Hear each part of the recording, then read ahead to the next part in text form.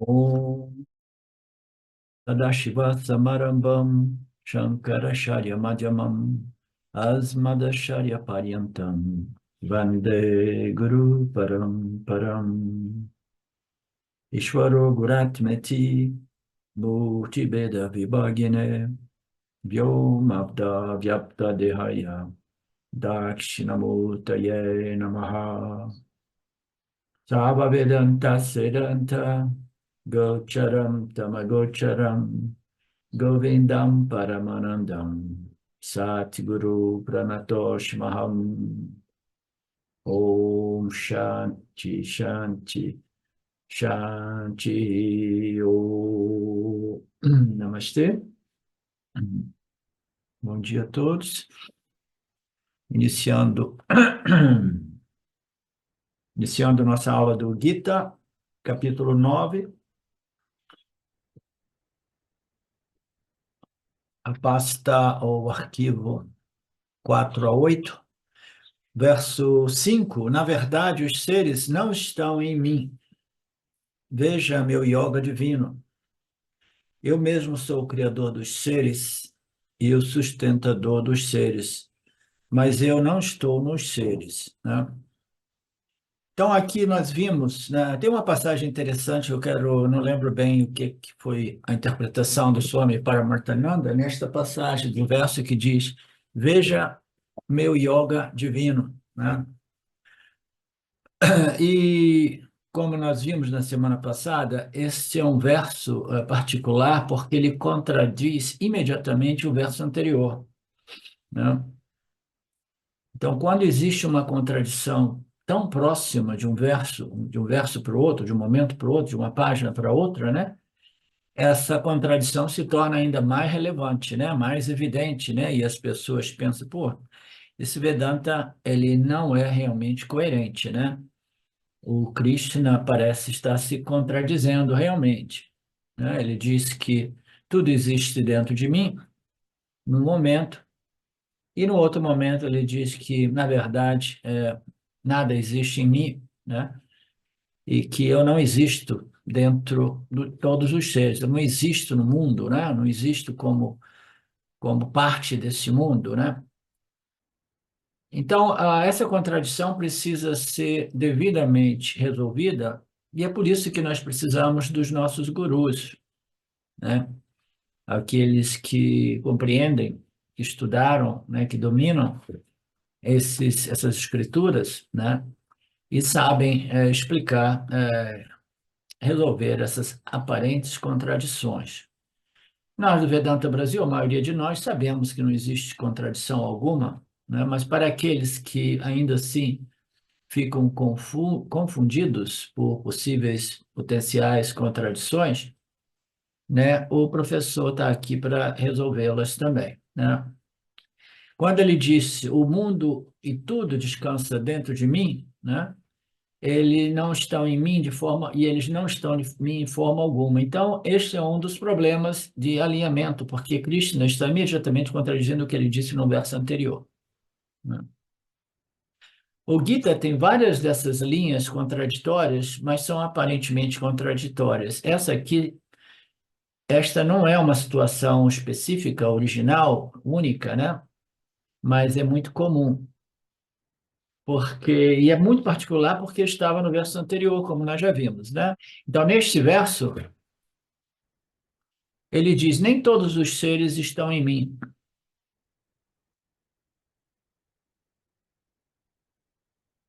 Ok.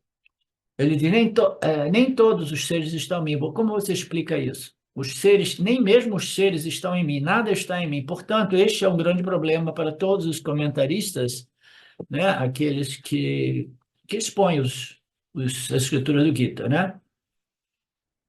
Parece que o Krishna está se contradizendo. Shankaracharya resolve isso muito legal, muito lindamente, como foi dito. Suponha que você diga que existe uma coisa, então esta coisa, digamos, X, está lá, e no momento seguinte você diz que essa coisa X não existe, ela existe, mas não existe, né? Ambas essas declarações vindas de uma pessoa extremamente sábia e inteligente. né? Portanto, você tem que acomodar essas duas afirmações, resolvendo, né, essas contradições. Você não pode rejeitar nenhuma afirmação, porque vem de uma pessoa sábia, e você nem pode aceitar, né, essas contradições, né? Então, é uma situação meio difícil. Shankaracharya diz que apenas existe um caminho. O que é isso entre essas duas afirmações? X, né? O que é isso entre as duas? X existe também, deve ser validado. X é inexistente também, deve ser validado. Como você valida ambos? Shankaracharya coloca aquela famosa frase, aquela famosa palavra vedântica, né? Aparentemente, né? Então, as coisas existem aparentemente, até mesmo no âmbito da física quântica, né? O átomo, ele existe, mas ele desaparece de vez em quando e ele para surgir como simplesmente energia, né? Aí a energia aparece como átomo aparece como energia, né? Então, tudo neste universo aparente, ele se manifesta do mais sutil para o mais denso, e o mais denso, e o mais denso até ele se manifestar como o sólido universo o qual nós conhecemos. Então, basta colocar essa palavra aparentemente. Isso significa o quê? Que, de um certo ponto de vista, este universo existe dentro do âmbito de Brahman, porque porque pela aparência ela está muito clara lá, e portanto você tem que aceitar a existência de algo que existe como aparência, como experiência, mas quando você faz uma investigação mais profunda sob a luz dos ensinamentos, você descobre que a aparência é uma aparência mítya, tá?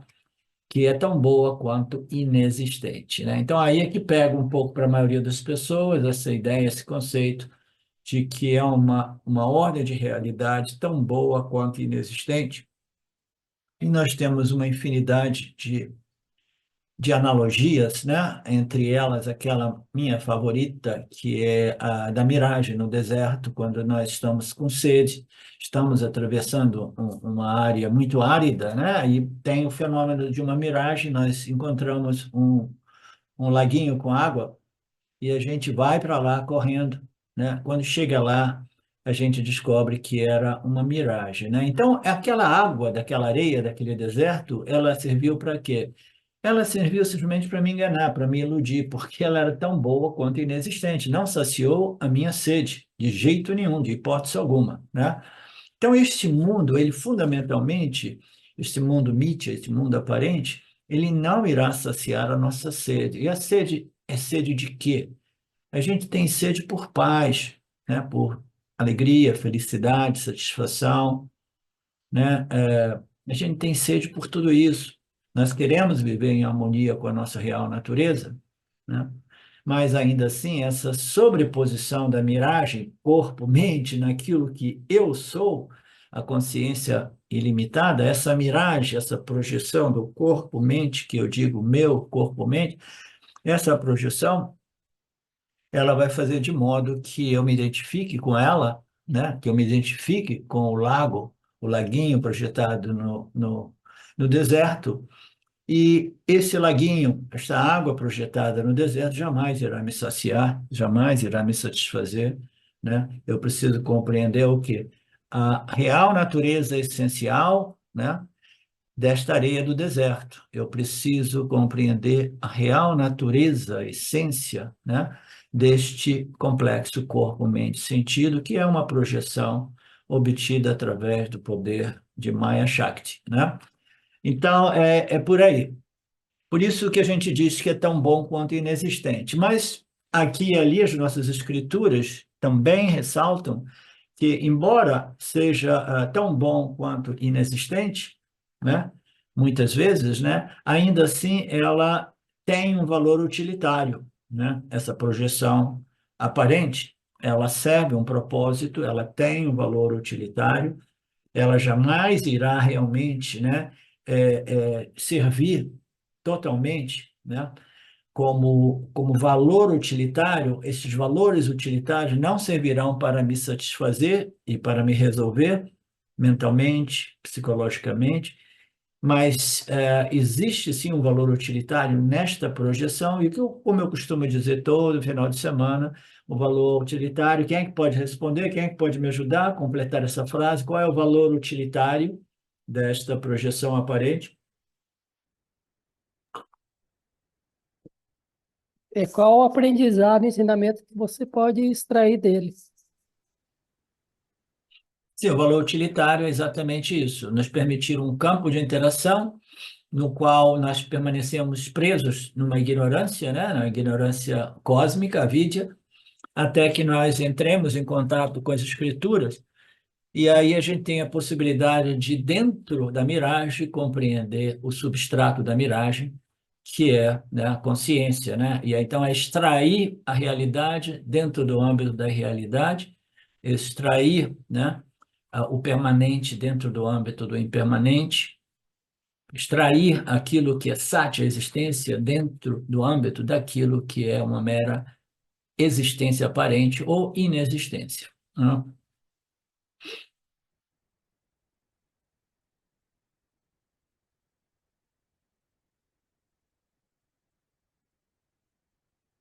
Ok, e o que você quer dizer com categoria intermediária, né? Então, este universo que nós experimentamos, no qual nos encontramos, né? Ele não é nem na categoria de Sat, nem Asat, nem é realmente existente e nem é realmente inexistente. Vedanta diz que não é realmente inexistente porque ele está disponível como aparência e como experiência. E você não pode simplesmente, como é que se diz, descartar algo que existe no âmbito da sua experiência como inexistente completamente, né? Então, qual é a contradição aí? Existe ou não existe, né? Você não pode dizer que não é realmente inexistente, existente, e não pode dizer realmente que não é inexistente, né? Por quê? Porque você experimenta tudo isso.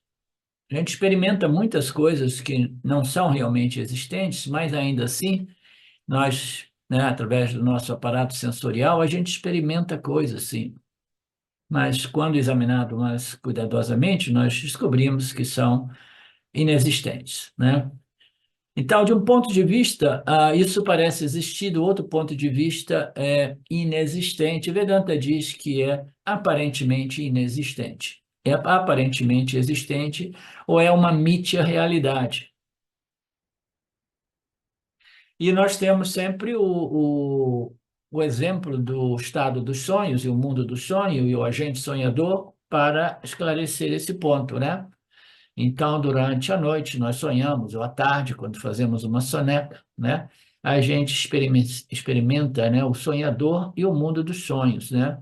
Então, esse mundo dos sonhos e o sonhador, ele existe ou não existe? Sim, ele existe como um sonho, como uma ilusão, né? Mas ele existe ou não existe? Não, ele não existe. Mas se não existe, como é que você experimenta ele toda noite, etc, etc?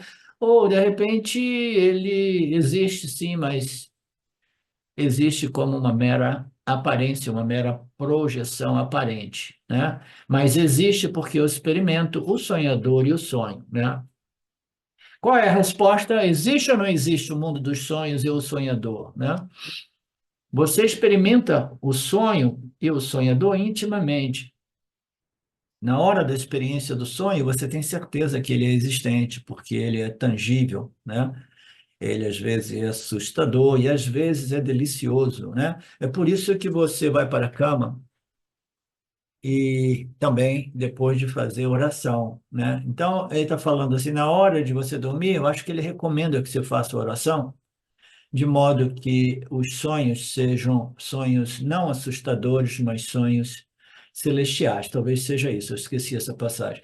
Deixe o Senhor dos diferentes mundos me proteger de maus sonhos, de maus presságios, de mau destino, de má conduta, de fome, de tristeza, de má fama insuportável, de medo de cometa, veneno, efeitos de planetas e todas as doenças, né?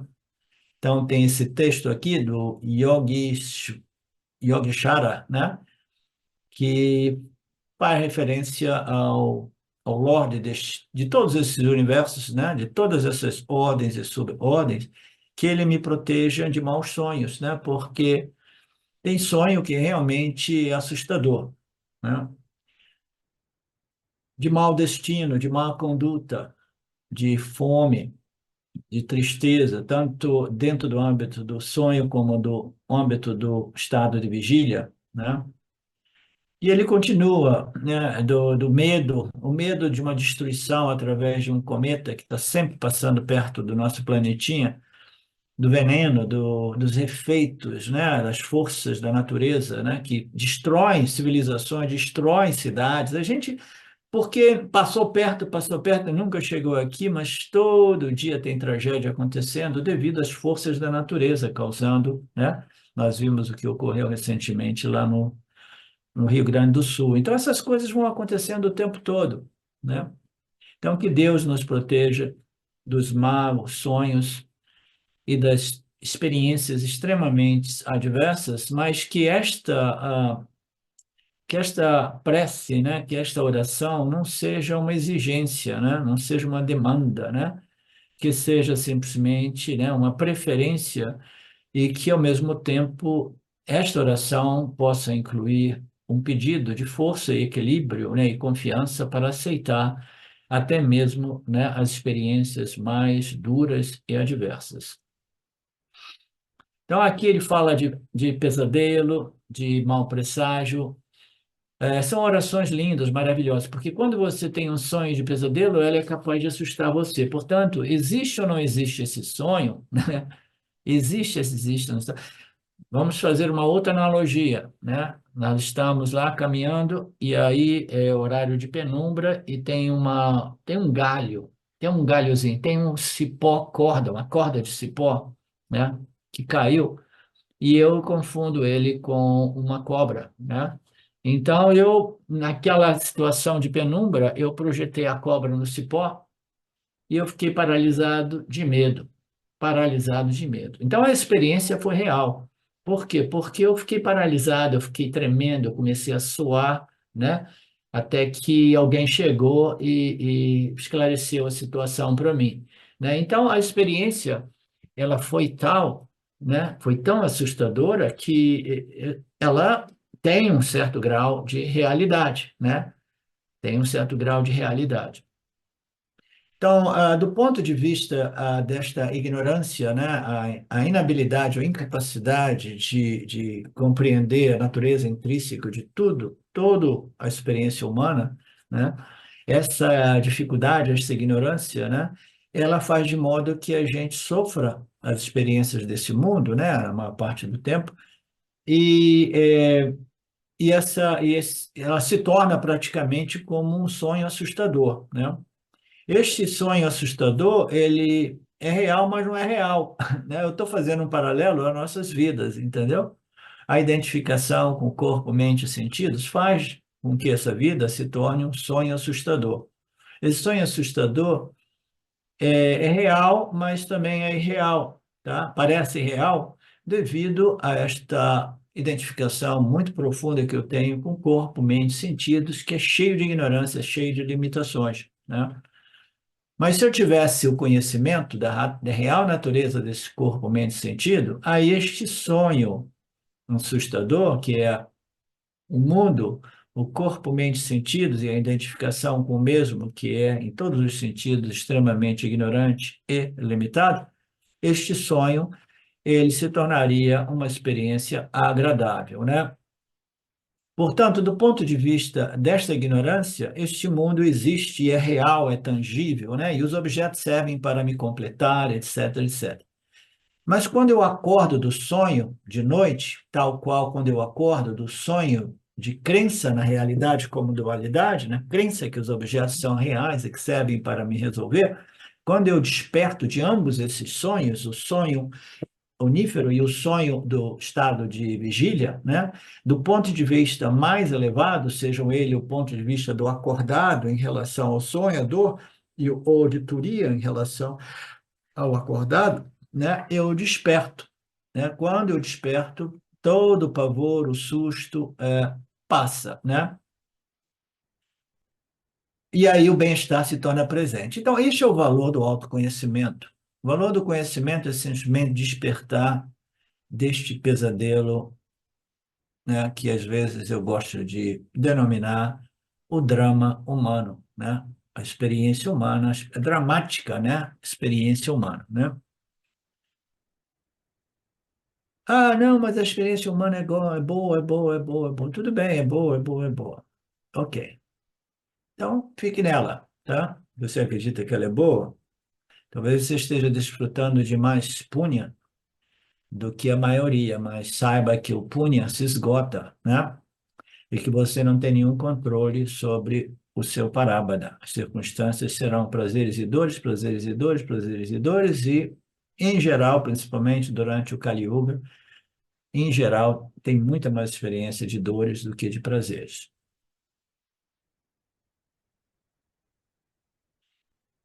Então, nós estamos sonhando de noite, estamos sonhando durante o dia, assim por dizer, né? Atribuindo realidade a este Vyavahārika, né?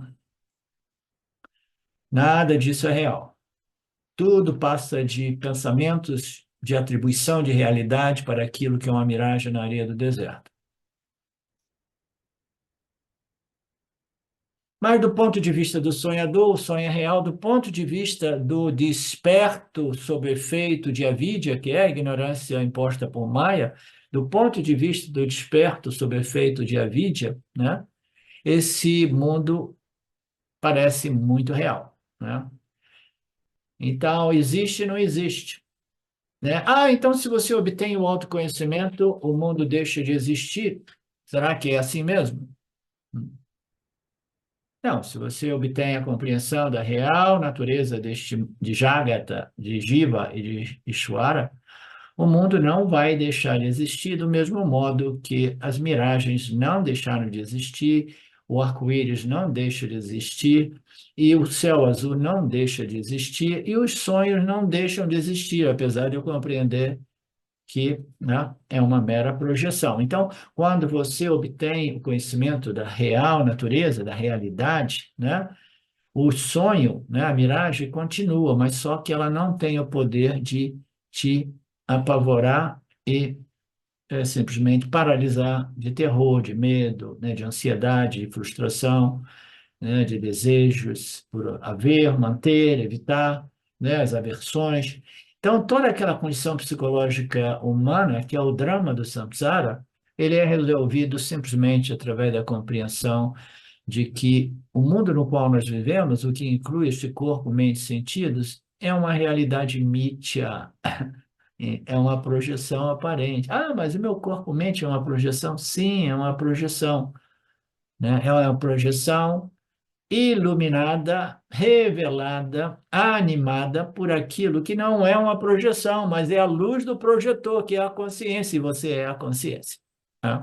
Este é o propósito desta experiência humana.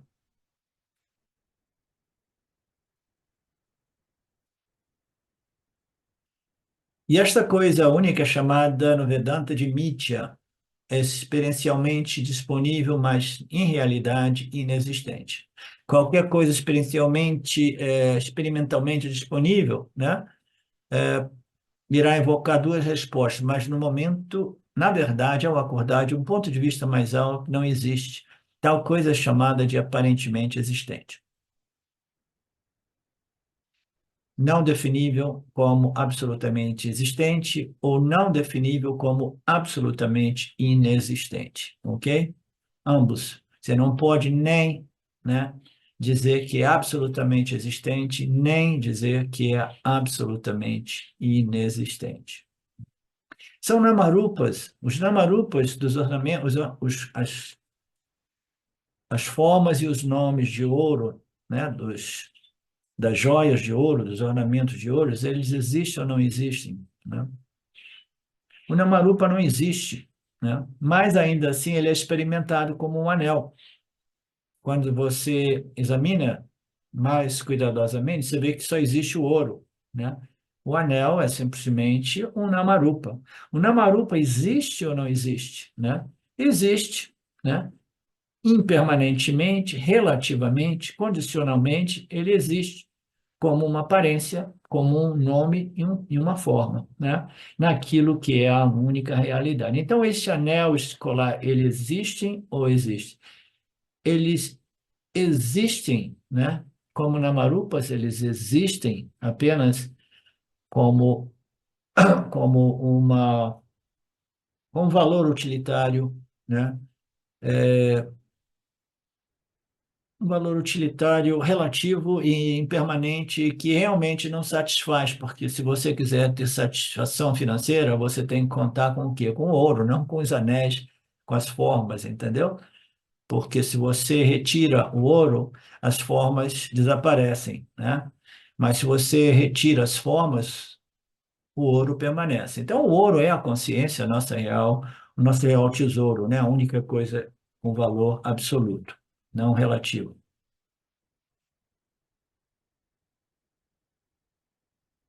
No caso, você, no meio da noite, você ganhou na loteria, então você se sente super milionário, mas quando você acorda de manhã, vai lá, entra no internet banking para ver o seu saldo bancário, você vê que você está ainda no vermelho, né? Então, aquele dinheiro do sonho existe ou não existe? Existiu para mim desfrutá-lo no mundo dos sonhos, né? Então, essas são as realidades condicionais, né? Aparentes, né? O ouro, e o dinheiro, nesta ordem física material, ela tem um certo valor utilitário condicional aparente, depende do estado de vigília e do Vishwa, né, o desperto, transacionando nesta ordem Vyavahárika, né? Portanto, aquilo que tem existência de uma ordem inferior é chamado Mithya. Então, ao aceitar e rejeitar o universo ao mesmo tempo, Krishna está apontando que este mundo existe, mas tem uma natureza inferior. O universo, do ponto de vista corporal, existe, mas do ponto de vista de Brahman, ele não existe. Isto é chamado de Mithya Jagata.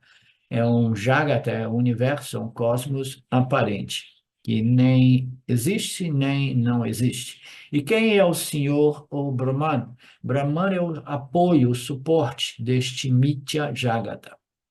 Nós estamos nesta passagem do Gita, do capítulo 9, explorando, investigando a natureza, né, de Ishvara, ou de Brahman, né? E nós estamos já vendo aqui que Brahman é o apoio, é o substrato, é o suporte, né, deste universo Jagata, né? Portanto, Brahman, ou a natureza superior de Deus, é chamada de Mithya Jagata Adhistanam. Você se sente familiarizado? Mithya Jagata Adhistanam. Então, em Lalita Sachara, um dos manas ok, deixa eu ver aqui, eu não quero passar por cima de todo esse sânscrito. É algo que está lá, mas não é realmente definível. Na verdade, os seres não estão em mim. Veja meu yoga divino. Você pode apreciar meu yoga superior, meu yoga divino. E qual é o meu yoga superior? A minha natureza superior. Eu não sei por que ele usou a palavra yoga em vez de natureza, né? Essa era a minha curiosidade. O meu yoga divino é, né, a minha natureza mais sutil do sutil. No Vedanta, a ordem superior da realidade é chamada de Paramartika Satyam. A ordem mundana é chamada de Vyavahārika Satyam, né? A realidade empírica é inexistente do ponto de vista da realidade absoluta, né? Então, aqui o Swami trouxe duas ordens de realidade. Cabe lembrar que existem, dentro do âmbito, né, deste contexto, deste tipo de ensinamento, né, existem três ordens: Paramartika, Satya, a realidade superior, que somente é a consciência, ou Brahman, né? A ordem mundana é chamada de Vyavahārika Satya, que é o universo, que é o cosmos projetado por Maya Ishvara, né? Então, esta realidade cósmica aparente, né, é chamada de Vyavahārika, né? A realidade empírica, material, que se torna inexistente da perspectiva da minha realidade, da realidade absoluta, que é Paramartika Satya. Mas existe uma outra ordem de realidade que também é aparente, que é Pratibhasika Satya, ok?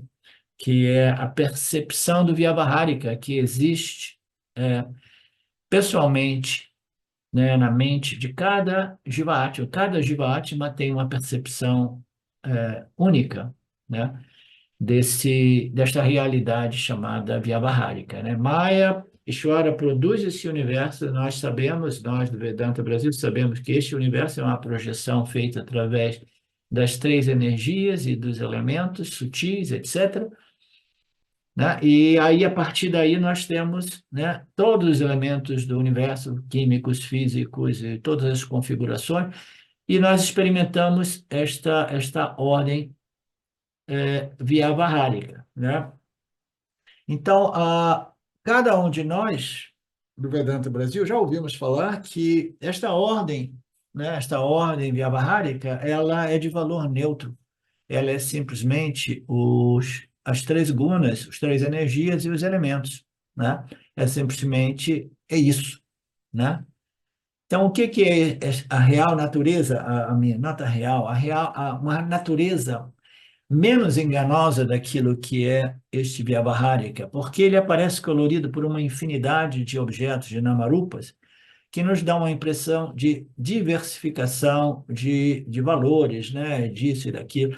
O Vedanta diz que tudo isso é de valor neutro, porque fundamentalmente tudo é somente matéria e energia. Somos nós que atribuímos valor a essas configurações de matéria e energia, né? Então, o Vyavaharika é essa ordem projetada, essa ordem empírica, material, né? Que existe dentro do âmbito da percepção do Jiva-Atma sob efeito desta ignorância cósmica, né? Mas como bons vedantinos, né? Nós podemos resolver esse problema. E o Jiva-Atma, que percebe esta ordem vyavaharika, ele não somente a percebe, mas ele percebe de modo distinto dos outros Jiva-Atmas. Por quê? Por causa dos gunas que compõem, ou que configuram as vasanas de cada indivíduo. E o indivíduo irá perceber o mundo de acordo com o seu programa, de acordo com o seu sistema de ideias, noções, crenças, conhecimentos, ignorâncias, sem dizer que a maior parte dos nossos conhecimentos são conhecimentos equivocados, né? Então, a gente vê essa realidade, que fundamentalmente é simplesmente matéria barra energia, e a gente projeta uma realidade subjetiva que é denominada Pratibhasika Satyam, ok? Então, nós temos Paramartika Satyam, Vyavaharika Satyam e Pratibhasika Satyam. Você compreende tudo isso, Marinéia?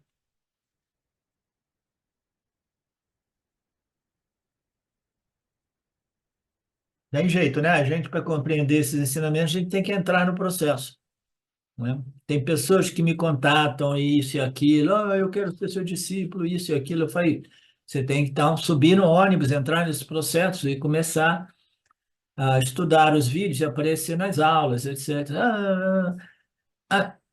Funciona ou não funciona, Mariné? Quando a gente realmente embarca neste processo, né, vai tudo ficando claro, né? E aí a gente vai, né, despertando deste sonho, que é o sonho mais difícil, que é o sonho do estado de vigília, né?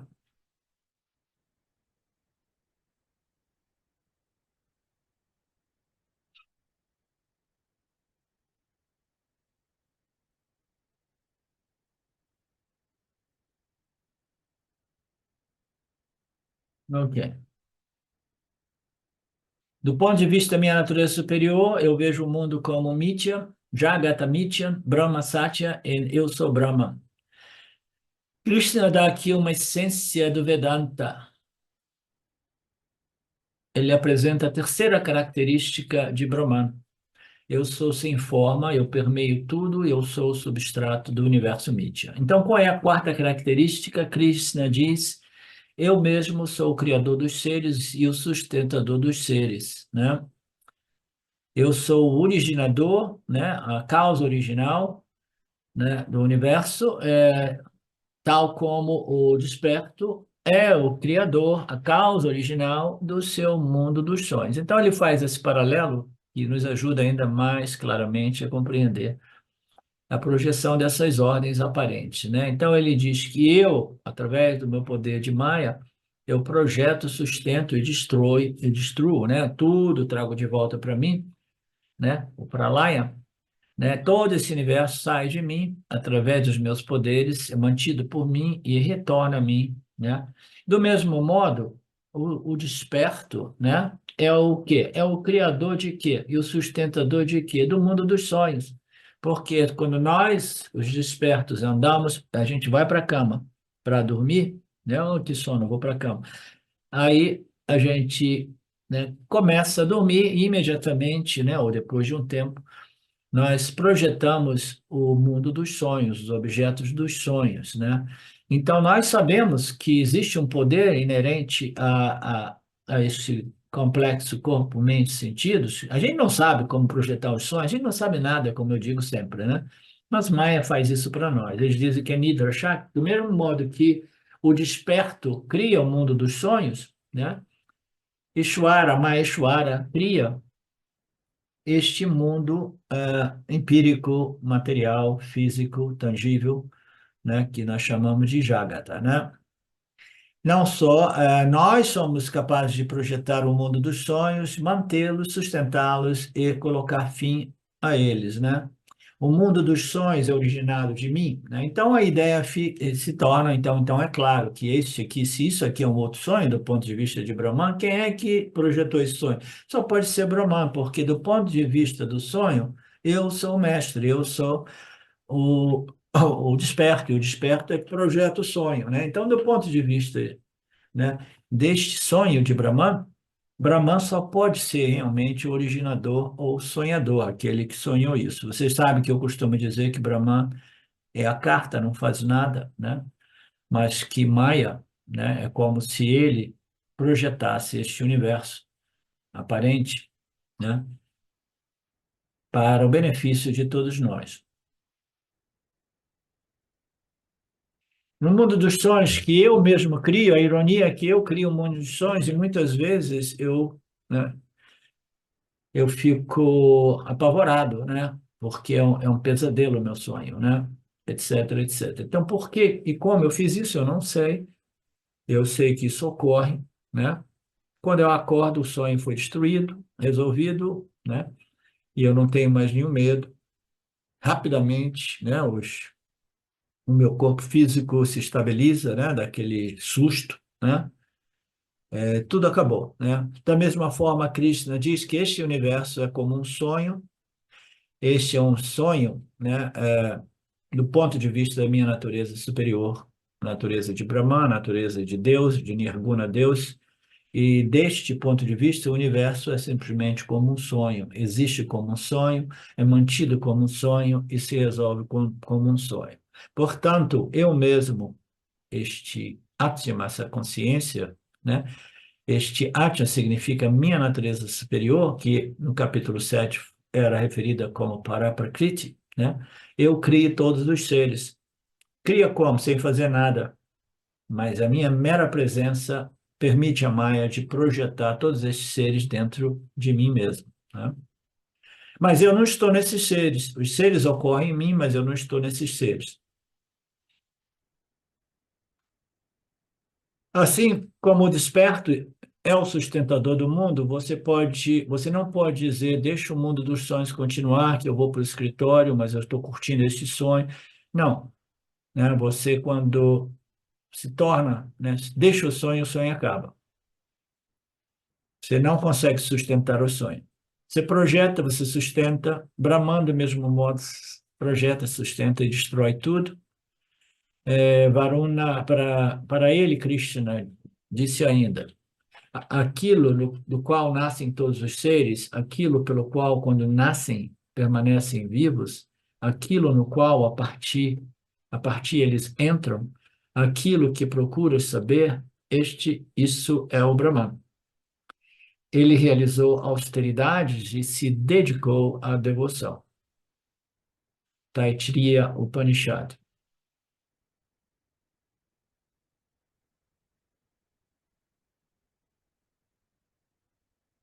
os mesmos princípios, né? A natureza invisível, mais sutil do sutil, da consciência. O Brahman é sinônimo de consciência, de existência, do ser, Atma, né? São nomes distintos para explicar aquilo que é mais facilmente compreensível como consciência. Uma vez que nós tenhamos compreendido a distinção entre a consciência e a mente, né? Como existe muita confusão entre consciência e a mente, aí às vezes nós vemos outros termos sendo apresentados, né? Porque você não pode fazer confusão entre o ser, o Atma, o Brahman e a mente, né? Mas se eu disser que Brahman é a consciência, aí você imediatamente pensa, eu sei, é a minha mente, né? Portanto, eu sou Brahman. Não. Então, o Upanishad fala sobre isso, são revelações upanishádicas, né?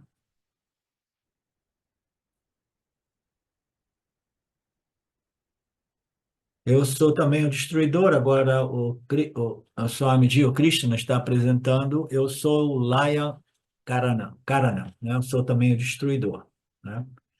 Eu engulo todo o universo, eu engulo tudo, e eu começo por engolir o espaço e o tempo, e assim tudo que existe dentro do âmbito do espaço e tempo é engolido por mim. Onde é que o Atma reside, então? Ele deve estar em alguma localização dentro do espaço-tempo, né? No Katha Upanishad, tem essa passagem no qual, quem sabe onde o Atma reside? Aquele cujo alimento são os Brahmanes e os Kshatriyas, e cujo condimento é a morte, né? Então, isso aqui nós precisamos da ajuda do Swamiji para compreender este verso. Em Katha Upanishad, também é dito que eu engulo tudo, incluído o tempo e o espaço. E por isso, o Senhor está além do tempo e do espaço.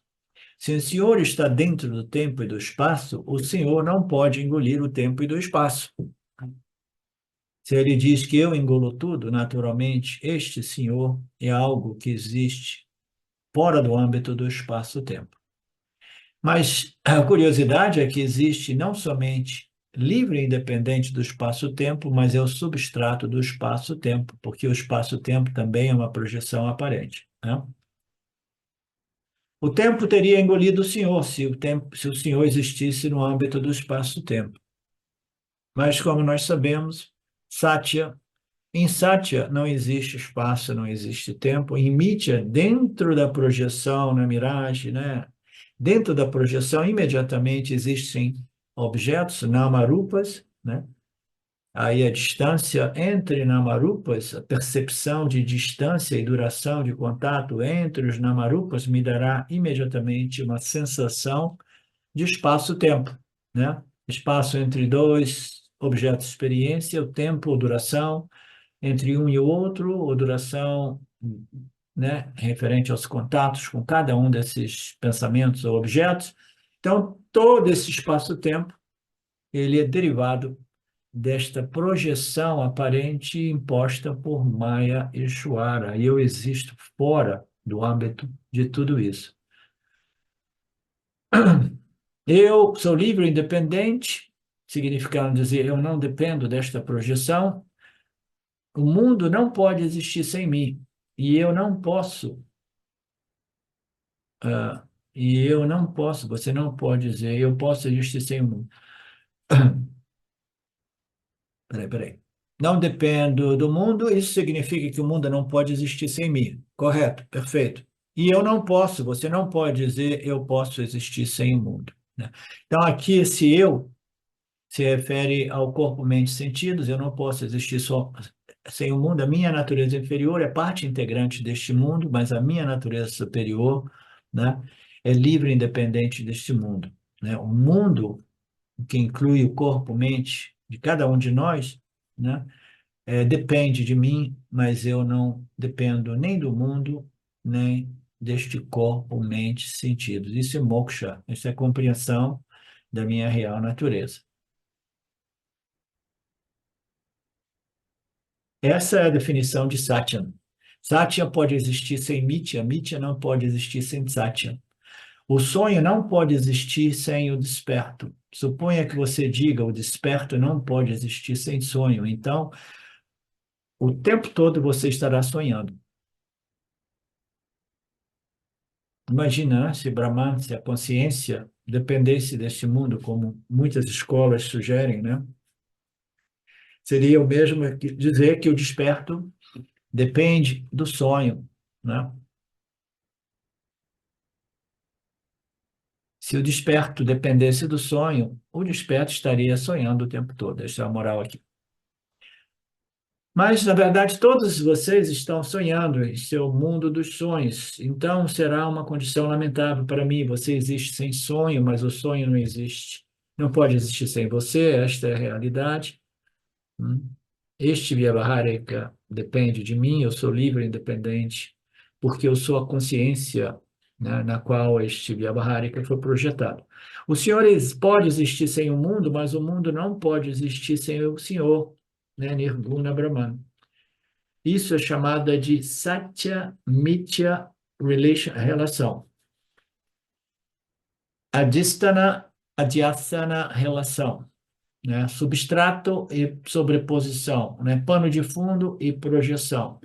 São analogias ou construções que nos ajudam a compreender os Upanishads. Assim como o grande vento, agora a gente passa para o próximo verso. Assim como o grande vento que tudo permeia, está sempre presente no espaço, saiba que, da mesma maneira, todos os seres estão em mim. Assim como o grande vento que tudo permeia, está sempre presente no espaço, sabe que da mesma maneira todos os seres estão em mim. Então, o vento, né, que é como é que se diz? Um movimento de ar, né, no âmbito que existe no âmbito do espaço, né? O espaço a gente sabe que está ali, né? E o vento se move, o espaço ele permeia, né, o vento, este deslocamento de ar, né?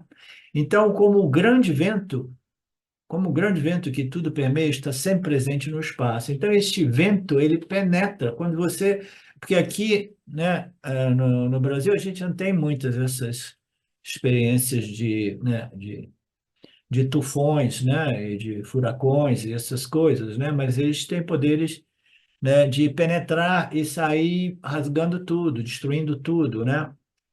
Então, o vento, ele parece, né, permear tudo e causar grande destruição, muitas vezes, né?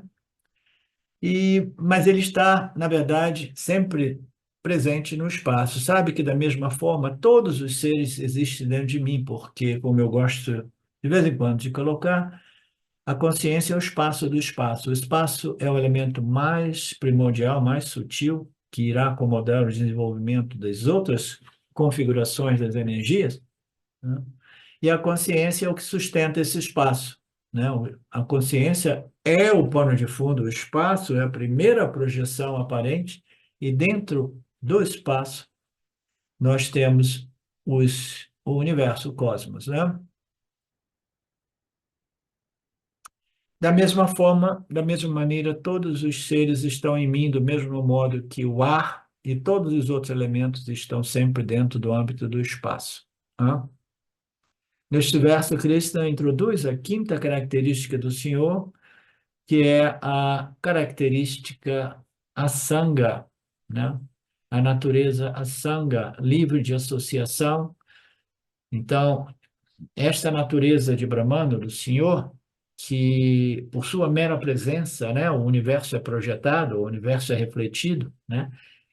Este é dito ser o criador desta ordem aparente, mas é um criador estranho, porque ele não faz nada e ele não se transforma nesta ordem aparente. Portanto, ele é a sanga, ele é livre de associação, transformação, de ação, ele não faz nada. E ele não está contido realmente nesta ordem aparente. A ordem aparente está aparentemente contida neste Brahman. nesta consciência, neste pano de fundo. Ele é livre de associação. A natureza pura é aquilo que não é afetado, o espaço não é afetado nem pelo vento, nem pelo fogo, nem pela água, nem pela terra. O espaço ele permanece assanga, livre e independente dos outros elementos. Essa é a minha natureza imaculada. Essa é a natureza imaculada do espaço em relação aos outros elementos. Então, a ideia é essa. Krishna disse que eu sustento todo o universo e esse universo está repousando em mim, descansando em mim. Então, naturalmente, alguém se perguntará se o Senhor está associado ao universo, o universo estará sobre o Senhor. Quaisquer impurezas e defeitos deste universo irão impactar o Senhor. De novo, o espaço não é impactado pelas impurezas, os maus cheiros, entre outras coisas, do espaço, porque o espaço entrou numa garrafa de leite que não foi bem lavada, né? Então, o espaço que permeia tudo, alguém tirou o leite, não lavou a garrafa, aí o espaço lá dentro, o ar lá dentro, ele foi impactado pelas impressões, né, na superfície interna da garrafa. Então, as impressões foram transferidas para o ar, mas o espaço ele não sofreu nenhum impacto. O ar sofreu um impacto, né? E aqui a confusão é essa, né? Se o Senhor é realmente, né, o substrato de tudo, como ele pode ser a sanga, né? Porque se tudo está projetado nele, né, é impossível que esse Senhor não seja impactado, né, pelas impurezas, pelos atributos de tudo que existe no cosmos. Tudo que existe no cosmos existe com propriedades e atributos. Aqui é colocado como impurezas e defeitos, né? Os defeitos são a limitação inerente de tudo aquilo que existe no cosmos, né? Então, todas as limitações e defeitos serão, né, projetados e afetarão a consciência ou a existência.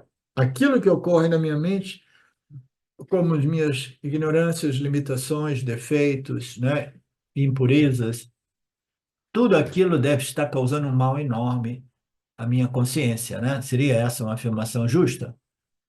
Não, né? Como bons vedantinos, nós sabemos que a minha consciência é livre e independente, né, das características e atributos da minha mente e do corpo, que é um organismo muito bem integrado, né?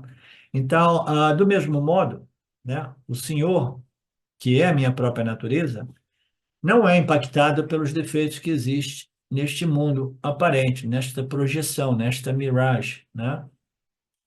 Nada disso afeta a minha real natureza como Brahman, o Lord deste universo aparente. Suponha que você tenha um objeto sujo e você colocou na sua perna, no seu colo, e aí você sujou o seu vestido, né? Está falando com uma moça, né? Então o vestido apoiou um objeto, o objeto tinha um pouco de sujeira e a sujeira manchou o seu vestido. Então, quando ele diz que tudo está repousando no colo de Brahman, porra, mas tem tanta sujeira, tem tanta corrupção, tem tanta, né, impureza neste mundo, tanto crime, isso tudo vai estar manchando o colo de Brahman, né? Não, tudo reposa no colo de Brahman sem tocar o colo de Brahman. Ele sustenta tudo sem jamais ser afetado por nada disso. Porque o mundo nada mais é do que uma projeção aparente, de novo. Um filme projetado na tela do cinema não deixa nenhuma marca de sangue ou de violência, né? Ou de ações e reações que nós vimos durante a projeção, né? Nada disso afeta a tela do cinema.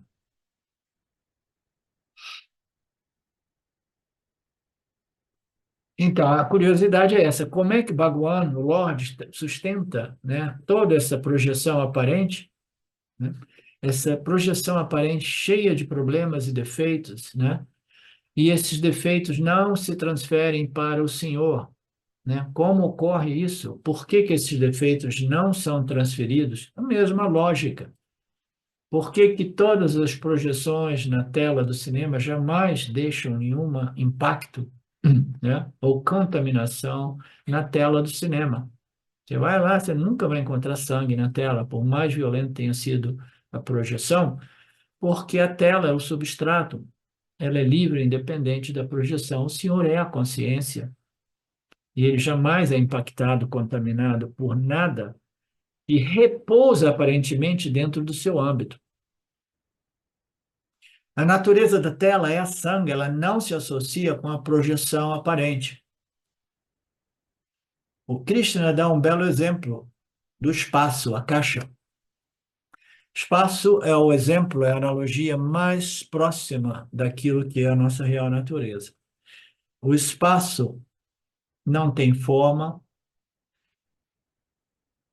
o verdadeiro Brahman não tem forma, o espaço é omnipresente dentro do âmbito de Mithya, somente dentro de Ama. A gente tem que lembrar que toda analogia tem limitações, né? O espaço só existe dentro do âmbito do Mithya, é o primeiro elemento projetado em Mithya, projetado pelo poder de Maya dentro do âmbito da consciência. Esse espaço se torna o mais pervasivo dentro do âmbito desta ordem aparente. Ele parece ser omnipresente, né? Parece ser real, né? Então, o ser Brahman é real, é onipresente, é sem forma. O espaço não faz nada, o Senhor não faz nada, né? Então, existem diversas qualidades ou naturezas ou aspectos do espaço que são semelhantes à nossa natureza como pura consciência. O espaço tem a capacidade indiscriminada de acomodar tudo, do mesmo modo a consciência, ela acomoda, ela ilumina e revela tudo sem nenhum problema. Ah, mas a consciência não deveria estar acomodando tanta injustiça, violência, isso e aquilo. Não, quando você acomoda tudo, você acomoda tudo. As pessoas falam assim, mas não é possível. Eu sempre ouvi dizer que Deus é puro amor. Por que que Deus permite tanta injustiça, né? Tanta violência, né? Tanta dor, tanto crime, né? Por que que ele permite tudo isso, né? Aí nós temos que lembrar que o Senhor Criador, né, ele simplesmente acomoda tudo, ele aceita tudo, ele deixa tudo em nossas mãos. É o Jiva Atman, ele pega assim e fala assim, você aí, ó, pá, você chegou num ponto que você precisa de um livre-arbítrio humano, né? Agora você vai fazer suas escolhas, vai desenvolver vasanas e que as suas vasanas jamais sejam em violação às minhas leis e princípios. Se você violar as minhas leis e princípios, você vai pagar, e isso fará de você um criminoso, né? Uma pessoa violenta, porque a violação é sempre violenta, né? Fará de você um violador do Dharma e você irá sofrer. Aí a pessoa, mas tudo bem, essa história cola, mas porra, mas a pessoa vai fazer outros sofrer. Também serve um propósito. Outros devem sofrer para exaurir ou esgotar papakarmas, né? Toda essa experiência humana nada mais é do que a experiência de Punya Papa. A gente precisa de ambos, são os pares opostos, né? Punya Papa, prazeres e dores, o mais fundamental da nossa experiência humana. Então, o espaço acomoda tudo, a consciência acomoda tudo, Brahmana acomoda tudo, ele aceita o bem e o mal, aceita o justo e o injusto, né? A violência e o amor, e ele é todo pervasivo. O espaço é a mesma coisa. O espaço, imagina se o espaço tivesse um problema no momento em que uma pessoa é ali e começa como é que se diz? Ah, abusar uma criança, né? Não existe nada mais chocante do que abuso, né? E a coisa que mais comum que veio à superfície, à tona, né?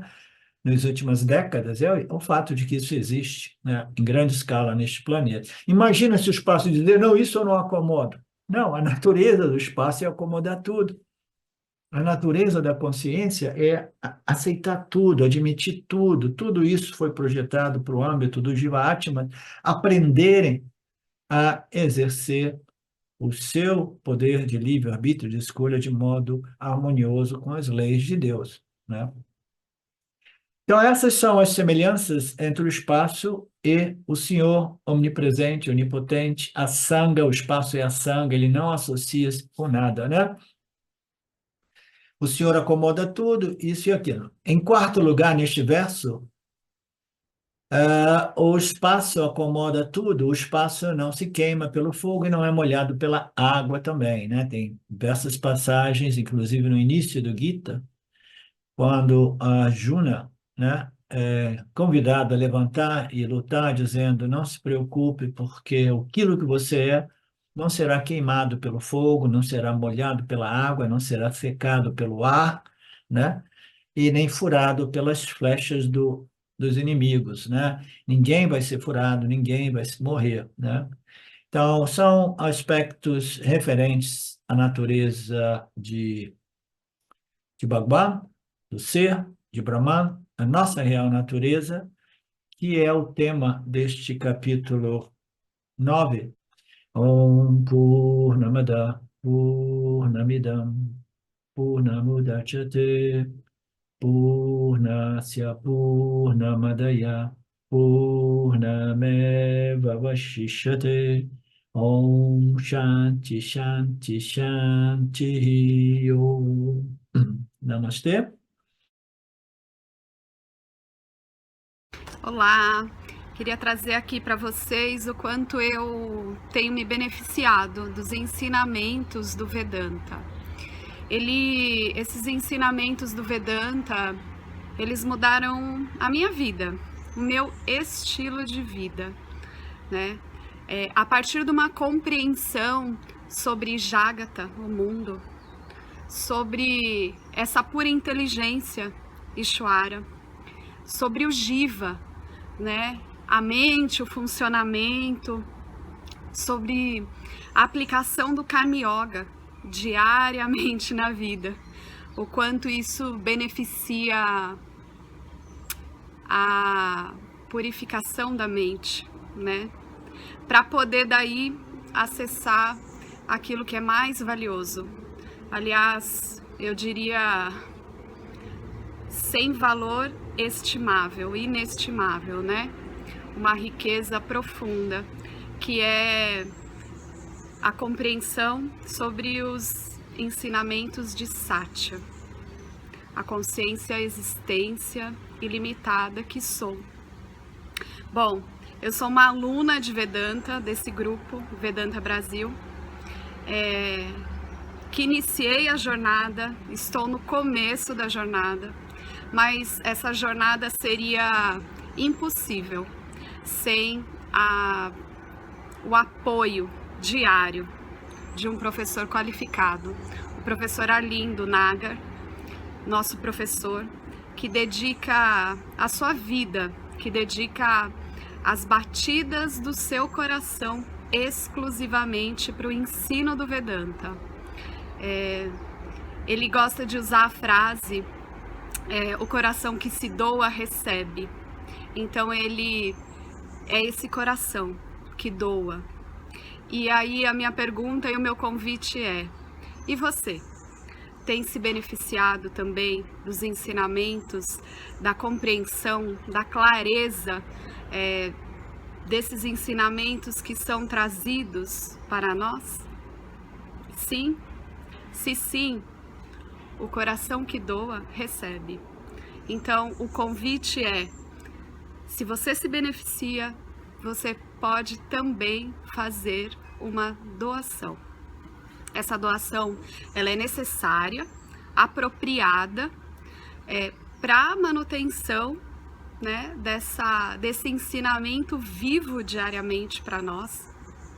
E é um convite para que a gente possa nutrir esse grupo com o dar e o receber. E se você se beneficia, tenho certeza, qualquer valor mensal é suficiente. É o valor que o seu coração sentir, mas é um valor apropriado.